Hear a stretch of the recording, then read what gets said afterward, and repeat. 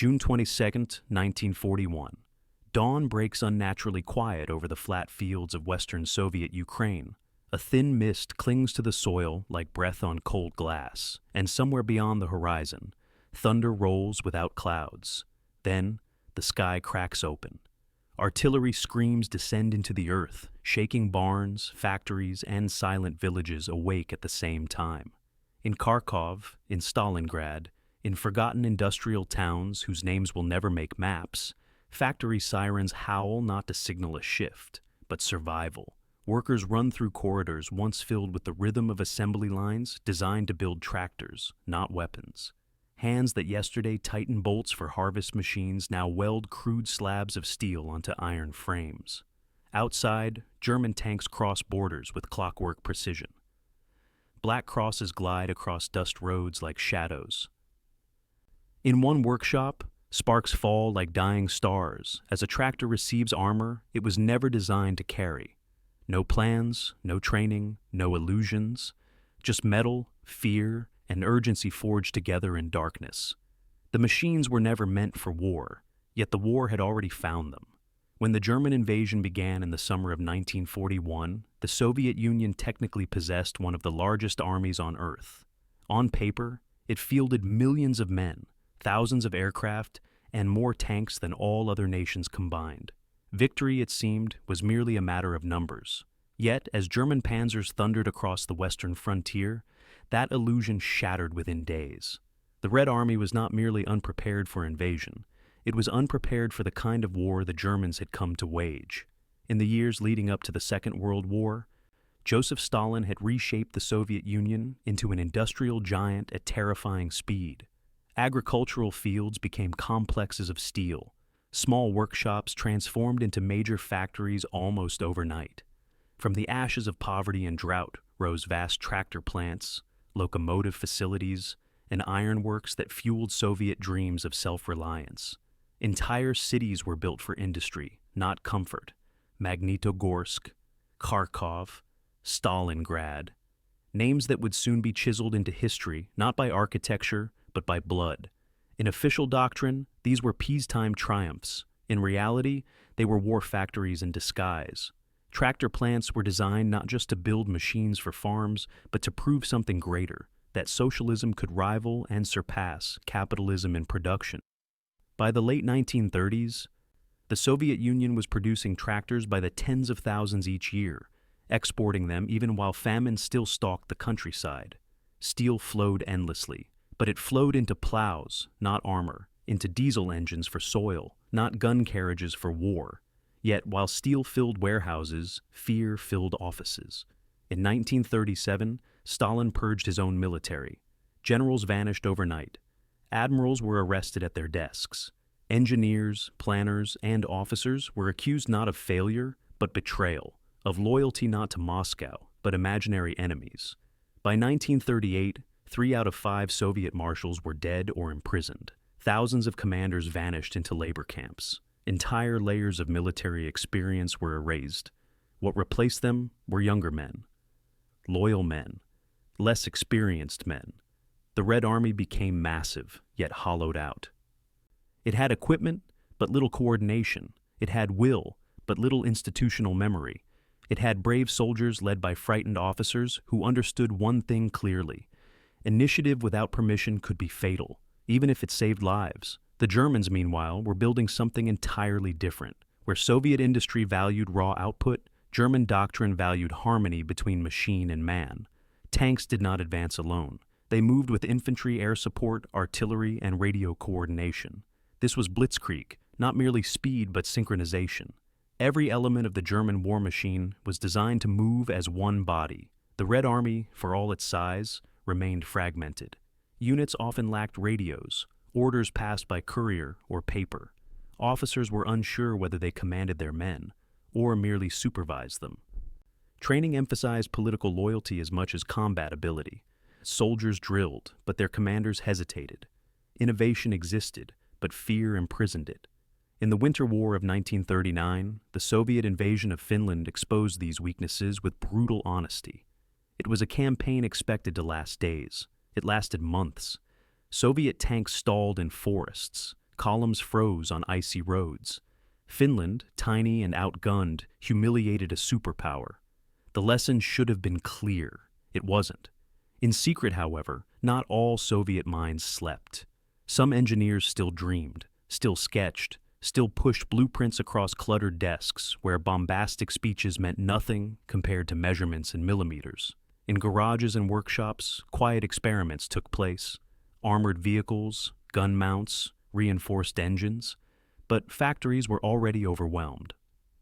Military contracts conflicted with civilian quotas. Every engineer felt the pull between ideology and reality. Build tractors, party officials demanded, but design machines that could become something else if the day ever came. And then that day arrived not as a rumor, but as artillery.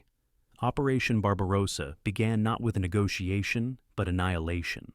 Airfields burned in the first hours. Supply depots vanished in fireballs. Entire divisions ceased to exist before noon. The Red Army responded with courage, not with coordination. German tanks advanced faster than Soviet command could react. Soviet armor moved without air support. Infantry attacked without artillery. Communications collapsed. Rumors replaced orders. Frontline commanders begged for reinforcements that did not exist, for equipment still unfinished, for vehicles still incomplete. And in factories across the Union, tens of thousands of skilled workers realized the unthinkable. The machines they had built for farming might now be the only metal standing between their cities and annihilation. The Soviet military had no backup plan for catastrophe on this scale. There was no warehouse full of miracle weapons waiting behind the Urals, no reserve fleet of unknown tanks hidden away. There were only factories, and what those factories could build, right now. The Red Army had believed war would be fought at a distance. Instead, war arrived at the loading dock. It rolled through gates carrying iron crosses and exhaust smoke. The question was no longer how to stop German tanks. The question had become something far more desperate. What if you had to fight tanks without tanks? And somewhere inside a tractor factory, among welders and machinists and tired men who had never fired a gun, that question began to change form, not abstract, not theoretical, but mechanical. While doctrine crumbled on paper, reality would soon demand something more primitive and far more desperate. By the final weeks of summer 1941, the war no longer wore the mask of distance. It stood at factory gates, on railway sidings, in telephone offices cut mid-sentence by explosions. German columns moved not like armies, but like avalanches. Every Soviet retreat uncovered another city, another depot, another manufacturing district that had once existed for work and was now being devoured by occupation. Nowhere did this terror feel more immediate than in southern Ukraine. Odessa, a port city once known for trade, opera houses, and quiet streets lined with chestnut trees, became a fortress overnight. By August, German and Romanian forces encircled it from land, while naval artillery prowled offshore like patient predators. Food rationing began within days. Hospitals overflowed within weeks. Ammunition stocks fell faster than they could be replenished. Artillery was precious. Tanks were non-existent. The Red Army units defending Odessa were whatever could retreat into it. Fragments of infantry regiments, border guards, sailors pressing into service on land, even students with rifles fresh from storage racks older than they were. There was no industrial complex waiting to supply them. There was only desperation. Amid this collapse, rumors spread through military command like whispers in late-night hallways. Men were building armored vehicles by hand. Not in secret facilities, not in military institutes, but in basements, workshops, and tractor depots. They called it the NI tank, Na is Pug, for fright. The name said everything. The design was crude, almost insulting. A civilian tractor chassis, usually an STZ or KHTZ model, stripped of its outer skin. Onto this, workers bolted sheets of boilerplate, scrap steel, and whatever metal could be scavenged from rail yards, sunken ships, factory wreckage, and even destroyed streetcars. The armor was not shaped. It was layered, protection by accumulation. There was little standardization. Some models had a dummy cannon welded to the front, steel pipes painted black to resemble barrels. Others mounted light machine guns through jagged cutouts. A few had actual anti-tank rifles angled awkwardly through tiny hatches. Engines, laboring beneath the weight, overheated constantly. Vision for the driver was almost non-existent. Periscopes were rare, slits even rarer. One model had a door from a grain storage silo welded to its side. Another used the iron skin of a shipping container. These were not vehicles meant to survive battle. They were machines meant to survive moments. The factories that built them were not military installations, tractor depots, repair garages, fishing yards, places where the only experience with metal was in bending it into plows, not shields. Yet, in a matter of days, welders became armorers, electricians became weapons technicians. Former tractor drivers became drivers of improvised war machines. Orders came verbally, often from whoever shouted loudest. Blueprints were replaced with chalk outlines drawn on factory floors. In Odessa, what central planning failed to provide, chaos tried to invent. Each NI tank took roughly 24 to 48 hours to assemble. It was not sleek production, it was frantic assembly. Vehicles were pushed out incomplete, with fumes still burning from fresh welds and paint, still wet beneath Soviet stars hastily brushed on their sides. They rattled and groaned like diseased animals. They smelled not of fuel alone, but panic. Soviet generals initially laughed. They called them teapots, tin coffins, circus wagons. One officer reportedly asked if anyone planned to add a scarecrow on top to frighten the German pilots as well. But Odessa had no luxury for pride. The garrison requested authorization for mass production. It was denied, too unprofessional, too disorderly, too crude for the Red Army's standards. They built them anyway, not by order, by necessity. Soon, they were not alone. In Kharkov and Stalingrad, factories began quietly preparing similar designs, although few would see combat until much later.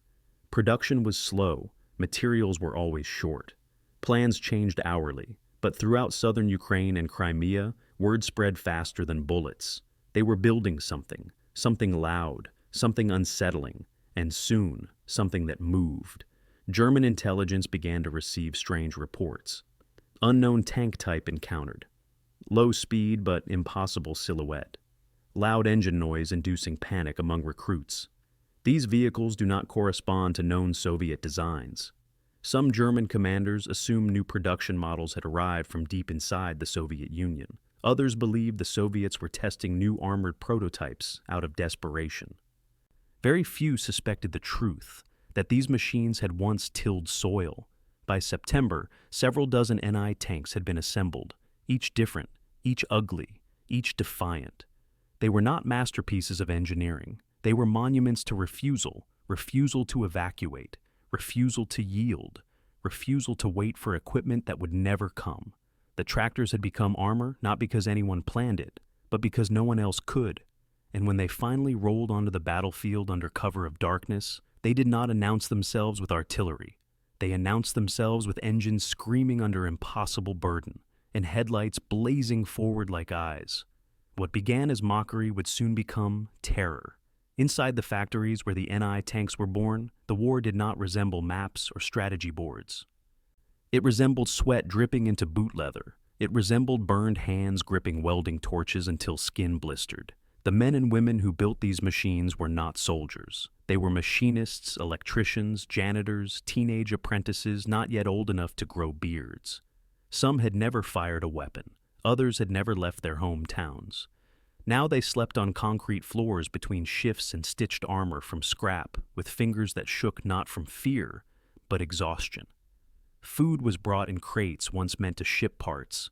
A single loaf passed through 3 pairs of hands before it reached a mouth. Yet nobody complained. They understood something intangible. If the factory stopped, the city died. Drivers were trained not by manuals, but by minutes. A man would be handed a wrench in 1 hour, and a steering wheel in the next. Some wrote names on rivets before sealing them beneath steel. Some attached photos of children to the inside walls of their machines, where they hoped bullets could not reach. There were no promises of survival, only the knowledge that a tractor inside armor might carry them 1 meter further than bare flesh ever could. Tactical angle, loud, slow, terrifying. As fighting intensified around Odessa, German and Romanian forces began to report something strange along the defensive perimeter. At night, engines echoed from the darkness with an unfamiliar rumble, not the sharp growl of known Soviet tanks, but a choking roar like machinery being tortured under its own weight. Infantry outposts heard metal clanking where no vehicles should have been able to pass. Then headlights pierced the black, not single beams, but columns of them. Emerging from the dark came shapes that did not resemble tanks, yet were undeniably armored. They advanced slowly, unsettled by terrain, grinding over rubble that should have stopped them. Rifle fire bounced uselessly off steel sheeting. Machine gun belts rattled uselessly across uneven plating. And because the tank's speed was so low, German soldiers assumed deception, believing a larger force followed behind. Some units withdrew prematurely, others hesitated, waiting for artillery that never arrived in time. Tactical impact did not come from lethality. It came from chaos. The NI tanks were not used to destroy formations, but to dissolve certainty. They were not precise. They were disorienting. In warfare, that distinction could be fatal. Technological angle. Failure. That move forward. Technologically, the NI tank was an atrocity. No suspension worth naming. Armor that cracked instead of deflected. Engines rated for plowing soil now forced to haul improvised turrets through debris. Many overheated within minutes. Some stalled entirely after traveling less than a kilometer. Shell impacts dented plates instead of shattering them, until the wrong angle turned protection into an echo chamber of death. Ventilation was minimal. Crews choked on exhaust when hatches jammed. And still, they advanced. Because even failed machines change the battlefield when enemies cannot name them. German tank doctrine relied on identification as much as weapons. Recognize, calculate, destroy. But the NI tanks fit no category. They bore Soviet markings, but no model recognition. Some had armaments too small to deserve classification. Others carried fake weapons that cast greater shadows than substance. They were technological ghosts, and ghosts make experienced soldiers hesitate. In war, hesitation is everything, but beyond steel and noise, beyond smoke and engine fire. It was something else that truly weaponized the tractors. Psychology. The mind shatters long before armor does. For German forces advancing through southern Ukraine, the war had until now been one of certainty. Panzers were tested, Wehrmacht doctrine refined, enemy equipment was known and studied. Soviet tanks had catalog numbers and silhouettes familiar to intelligence officers. Every rivet had a name, every gun had a classification. The NI tank had none. When reports reached German headquarters describing a new armored vehicle of unknown class, analysts assumed exaggeration. But frontline units insisted these machines were neither tank nor transport. They were loud, misshapen, and advanced in eerie silence except for engines straining like dying animals. Night attacks were the worst. Field commanders reported headlights moving as though alive. Soldiers mistook tractors for heavy armor because their steel cladding caught moonlight like factory plating. Psychological alarm spread faster than tactical truth. Rumors inflated the machines into myths within days. One Panzer officer allegedly told his men, "If Moscow sends them now, imagine what they're holding back." Though the NI tanks inflicted limited material damage, German confidence quietly eroded. The war stopped feeling predictable, and when control becomes uncertain, fear fills the gap. Leadership angle. From laughter to approval, Soviet high command did not immediately celebrate the NI tanks. Generals who had trained in doctrine-based warfare found the vehicles embarrassing. They believed war should not look improvised. Armies, they insisted, should look professional, but reports from Odessa changed tone. German movement had slowed, certain attacks were aborted, defensive lines had not collapsed, despite overwhelming disparity in firepower. Commanders on the ground did not credit rifles alone. They credited the tractors. One staff officer reportedly wrote, "They are unworkable, and yet they work." The contradiction forced action. While Moscow did not publicly endorse production, quiet authorization filtered down. Local commanders were no longer reprimanded for building them. They were merely told to keep it quiet. War had lowered its standard for elegance. Utility ruled instead. Moral angle, when survival makes monsters. There was something haunting about watching a tractor roll into battle, a machine once built to feed children, now possibly carrying fathers to die. The Soviet Union did not celebrate this irony, but it lived it. Every NI tank was a confession that something had gone terribly wrong. Nations do not armor farms unless the future has already burned. There was no heroism in the factory floor, only resignation welded into steel. Workers did not talk about glory. They talked about time, how much the vehicles might buy, 5 minutes, 10, anything. In war, sometimes the goal is not victory, but delay. If a tractor could force a tank to pause, then it had earned its death. And so these machines moved into darkness not as innovations, but as sacrifices. Steel prayers against steel gods. Eventually, laughter vanished, and urgency took its place. September the 20th, 1941. Odessa, long after sunset, when the Black Sea stretched black and infinite beside the city. Something unnatural stirred inside the industrial district. Factory yards glowed faintly beneath blackout cover as men moved in near total silence. Engines coughed alive, one by one. Each sound was quickly muffled with rags or gestures for restraint. This would not be a charge announced with horns. It would be an arrival no one was prepared to see. By midnight, the city's defenses had reached a breaking point. German and Romanian units tightened positions. Searchlights clawed through sky and smoke, probing for threats that never came from the air. The expectation was simple. Odessa would fall soon. It was only a matter of when. The defenders had outlasted expectation already. Ammunition was vanishing, food was rationed down to whispers, and then the tractors rolled. First came the sound, not the crisp growl of tank engines, a lurching scream, mechanical, uneven, like dozens of iron throats struggling to breathe, then lights, not tactical flashes, not flares, but headlights, wide, illogical, burning through darkness like eyes that had no reason to be there. German forward observers froze. Some assumed drunken civilians had stolen vehicles in panic. Others thought retreating forces had lost discipline. Then the shapes emerged, armored, misshapen, grinding over debris that should have stopped anything without tracks. Machine guns fired, bullets sparked against steel. The machines kept moving. They were slow, painfully slow. Their engines whined beneath weight they were never designed to bear. And yet they advanced, headlights unwavering, metal rattling over broken streets like chains dragged across stone. German sentries fired again. The darkness answered with return fire, not accurate, not devastating, but real. From the jaws of what had once been plows, the 1st German infantry unit withdrew immediately, not in panic, but in uncertainty. They believed heavy armor had arrived, that reinforcements had broken through, that something new had entered the battlefield. Romanian units further along the line hesitated. Orders were unclear, communications failed. No one could confirm what kind of vehicles these were, but everyone knew one thing: they were not supposed to exist. Some tractors veered off-road and stalled. Crews kicked engines in vain. Other machines scraped walls, crushing through barricades like animals breaking fences. Dummy cannons cast longer shadows than steel ever could. Machine guns rattled without discipline, but with intent. The night filled with echoes, metal, voices, engines. The defenders inside Odessa watched from rooftops and factory windows in disbelief. What had been assembled with welding torches and hurry now moved like war. It wasn't beautiful. It wasn't coordinated. It was sheer defiance given mass.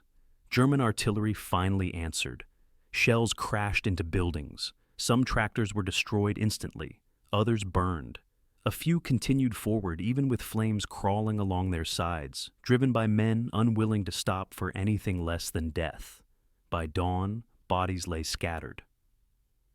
Steel carcasses smoked, and German commanders ordered a pullback. Not far, not permanent, but backward. Odessa breathed one more day. No one expected farm engines to scream like predators. Dawn revealed what darkness had hidden. Along burned streets and shattered barriers, the truth stood plainly. Twisted tractors lay destroyed, where German artillery had finally spoken louder than courage. Their armor had buckled under direct hits.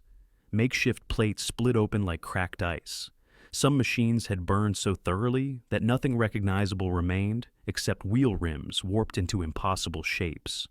The NI tanks had not survived the night, but they had survived long enough. German reconnaissance teams moved cautiously through the wreckage. Men approached vehicles with rifles first, cameras second. They inspected steel sheets bolted where armor should have been welded. Some ripped open hatches to discover steering wheels instead of control sticks, farm pedals beneath soldier boots. In one wreck, a German soldier reportedly found a sack of wheat inside a compartment. The machine had never been given the chance to finish being one thing, before becoming another. The official German after-action reports did not celebrate this as a victory. The language was uncomfortable, uncertain. Analysts could not determine what exactly they had encountered. Some claimed the Soviet Union was deploying hasty prototype armor. Others argued it was desperation manifest in metal. A few suspected psychological warfare. All were partially right. Orders were rewritten. Scouting units were rebriefed not just on standard Soviet hardware, but the possibility of improvised machines, uncatalogued threats, unknown silhouettes. War had become unpredictable. Within Odessa, the impact was immediate. Though German forces did not retreat far, they did hesitate longer. Artillery was repositioned, attack schedules delayed. No commander wished to gamble against an enemy that might release unknown machinery into the field again. For the defenders, the tractors were already legends. Men who had built them stood beside blackened shells and touched warped metal as though it had once been alive. Some photographed wreckage with borrowed cameras. Some did not speak at all. The machines had not been born from patriotism alone. They had been born from fear, anger, and refusal. The Red Army did not claim great victories that night. They claimed something quieter: time. The German High Command never accepted the NI tanks as a serious development. Yet, they never fully dismissed them either. A note circulated among intelligence officers describing low-grade armored psychological platforms used to disrupt enemy expectations. The phrase revealed more than it meant to. Psychological platform, not armored warfare, but fear delivery.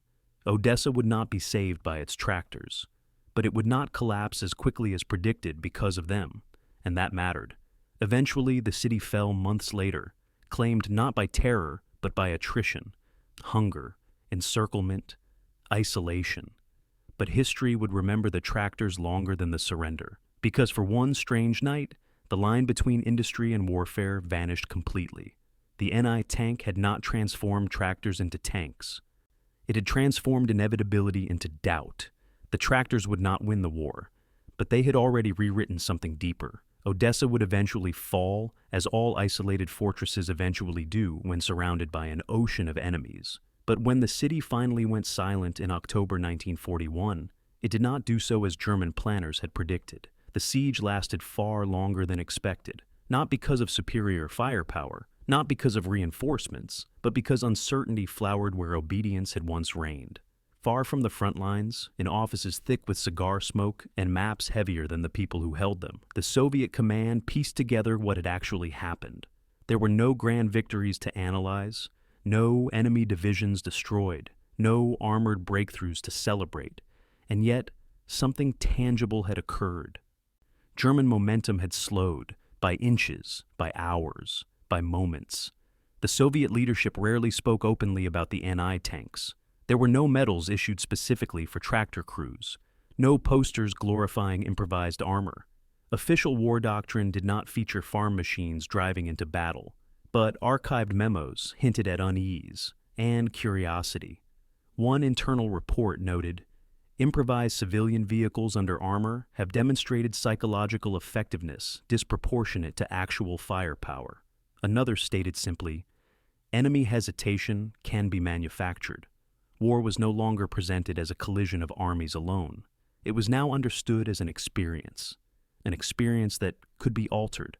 Engineering departments across the Soviet Union quietly began evaluating other civilian platforms for military suitability: trucks, buses, rail engines, farming equipment, not because they were ideal, but because they were available. The war had revealed a new currency: speed of adaptation.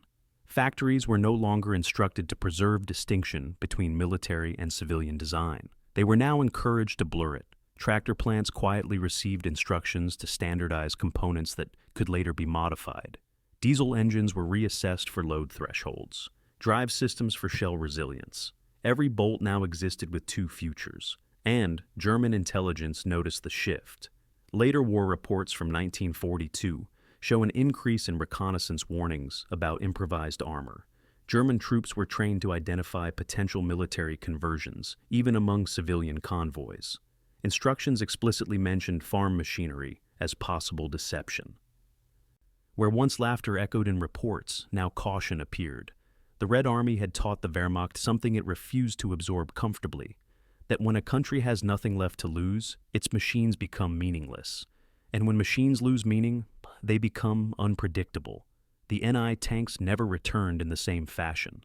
The factories that made them were either bombed into ash, evacuated beyond the Urals, or converted into legitimate military production centers.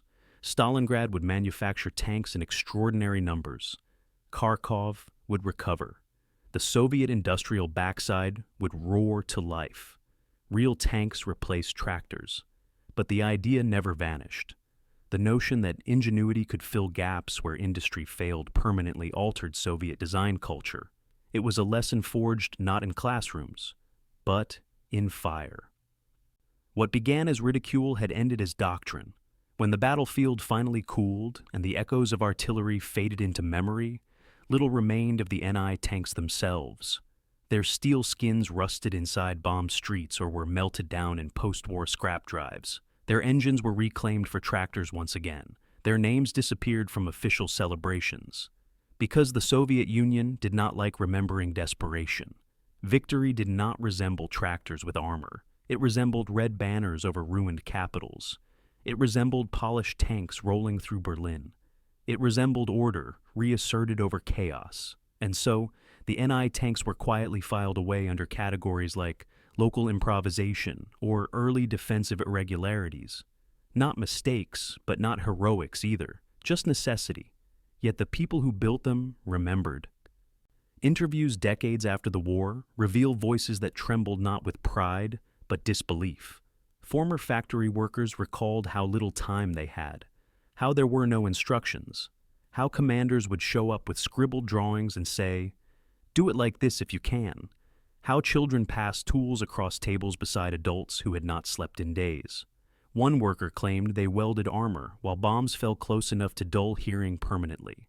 Another admitted they never tested the tractors. They pushed them out the door and hoped. Museums in Ukraine and southern Russia now display recreated NI tanks, not as weapons, but as confessions in steel. Guide plates describe them not as innovations, but as improvisations. School children stare at their crude bolts and swollen plates and try to imagine what it meant to ride inside something that might stop bullets, or to trap you alive. These are not museum pieces that inspire wonder. They inspire questions. Was it safe? Did it work? Did anyone come back? The answers are not comfortable. Sometimes yes, sometimes no. Sometimes survival had nothing to do with the machine. The archives remain thin, logs incomplete. Most tractor crews were never officially registered as tank units. Their names are hard to track. Photographs are few. Reports mention vehicles, but not the men who rode inside. History often catalogs weapons better than people, but occasionally, it preserves the wrong thing beautifully. The NI tanks belong to that category. They stand as proof not of invention, but of response. Men did not build them because they believed they could win. They built them because they refused to lose quietly. Steel was shaped not by confidence, but by defiance. But history does not belong only to machines. The NI tanks never altered the tide of the war. They did not turn battles. They did not appear in grand strategies or victory parades. When historians measure power, they count divisions, factories, and fleets, not tractors wrapped in scrap steel. And yet, in the quiet spaces between statistics and speeches, the NI tanks remain, because they were never meant to be remembered. They were meant to delay. They existed only in the narrow space between surrender and survival, where a nation without options turned machinery into resistance, where engines once built to feed villages were asked to defend them instead. where metal plates became answers to questions no one wanted to ask. How far would you go when there is nowhere left to go? The NI tanks were not miracles of engineering. They were failures that moved forward. They broke down. They burned. They did not protect their crews well enough. But for a brief time, they did something no blueprint could accomplish. They disrupted inevitability. They proved that war is not only won by superior weapons, it is prolonged by unexpected ones. A tractor standing against a tank is not logic. It is defiance. And defiance is not meant to last forever. It is meant to last just long enough. In the end, when we speak of steel and conquest, of engines and empires, what we often forget is this: the most dangerous weapon in war is not artillery. It is refusal. The refusal to vanish quietly. The refusal to stop building, even when everything else has already begun to fall apart. For one strange chapter of history, the tractor did not harvest fields. It harvested time, and time, in war, is everything.